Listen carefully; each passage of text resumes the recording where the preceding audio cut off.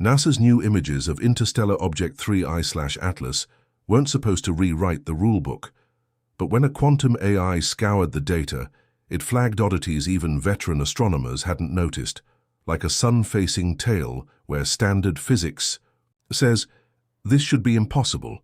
This is only the third interstellar visitor ever spotted." Yet its behavior defies everything we thought we understood about comets. The results aren't just bizarre, they're deeply unsettling, with patterns no natural explanation can easily cover.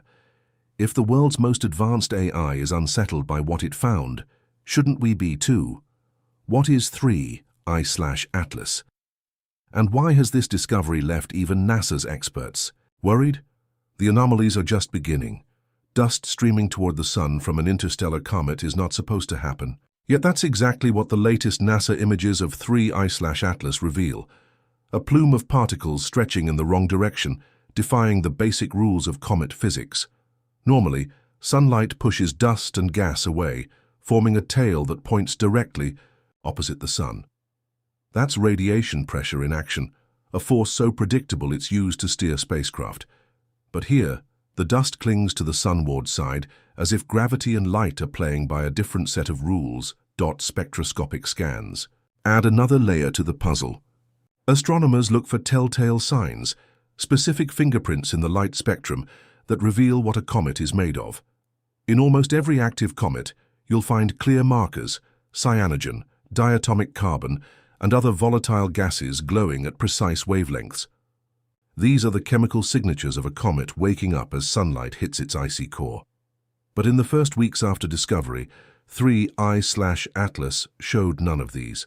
No cyanogen, no diatomic carbon, not even faint traces. The spectrum was nearly blank, where it should have been lit up. Think of it like watching a campfire that burns hot, but produces no smoke. The dust was there, obvious, even dramatic in the images, but the usual chemical evidence was missing. It's as if the comet were venting material in a way no one expected, or from a composition that doesn't match anything seen in the solar system. Only months later, as the comet closed in on the sun, did a faint whiff of cyanogen finally appear. Late, weak, and still out of step with the dust activity. This combination, dust streaming sunward, a coma without its usual gas, and a delayed chemical response, has left researchers searching for answers. Some point to possible surface crusts hardened by billions of years in interstellar space, shielding inner ices from the sun's heat. Others wonder if the comet's spin axis is locked in just the right way to expose only certain regions. But the basic contradiction remains: a sun-facing tail, absent volatiles, and a profile that fits neither comet nor asteroid. For now, the EB physics just doesn't add up. NASA's imaging teams faced a challenge unlike any before. Calibrating the stacked exposures from the Atlas survey, they traced the faint moving point of 3I/Atlas frame by frame. Each pixel carried the weight of cosmic history. The resulting data pointed to a nucleus no smaller than 0.3 kilometers and possibly as large as 5.6 kilometers across. That's not just big for an interstellar visitor, it's enormous. For context, Oumuamua, the first known interstellar object, was likely less than 200 m long. 2I/Borisov measured about a kilometer. 3I/Atlas could be 5 times that or more. Only 3 confirmed interstellar objects have ever been recorded. To find one this large, this active, and this close is statistically staggering. The odds of randomly detecting such a giant, given the survey's sensitivity and the volume of space it covers, are vanishingly small. Most interstellar objects slip by unseen, lost in the glare of distant stars, or too faint for even the largest telescopes. Yet here the data chain is clear. From initial Atlas discovery to follow-up with Hubble and JWST, every image confirms the same immense active core. The object's brightness, measured across multiple nights and instruments, rules out small debris, or a swarm of fragments. This is a single monolithic body, an ancient traveler older than our sun, carrying material forged in a different star's disk. Astronomers tried to model how such a large interstellar object could cross our path. Simulations suggest the odds are less than 1 in a million for a random ejection from another system to land one so close to Earth's orbit. The scale alone raises questions about what else might be lurking in the dark, undetected. This is not just another comet. It's a statistical outlier, a cosmic heavyweight that defies the usual odds.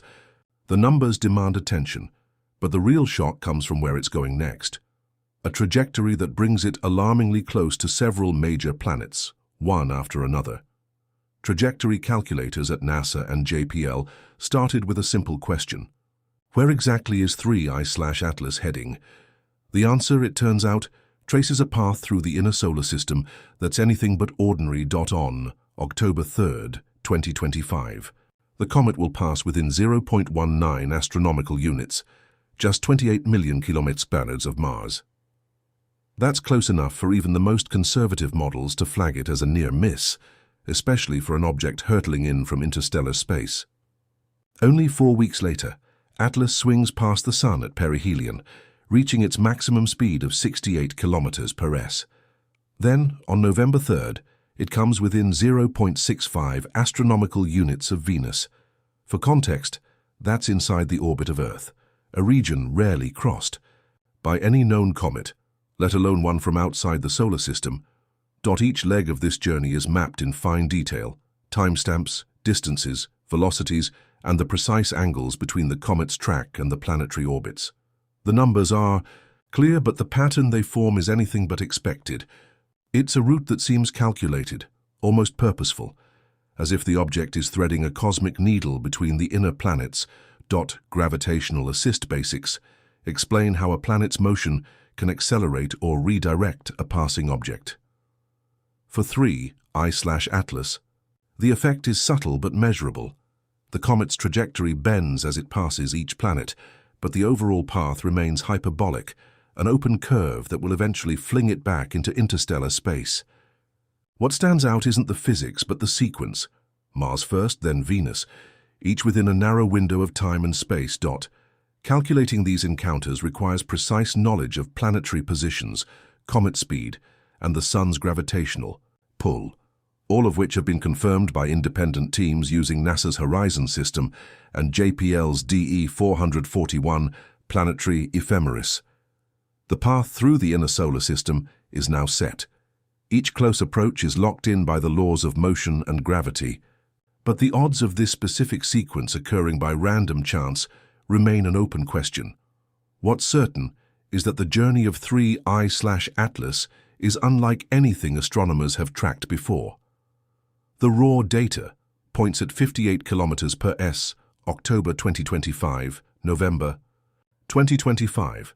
Distances measured in tens of millions of kilometers paint a picture of a visitor following a route that defies easy explanation.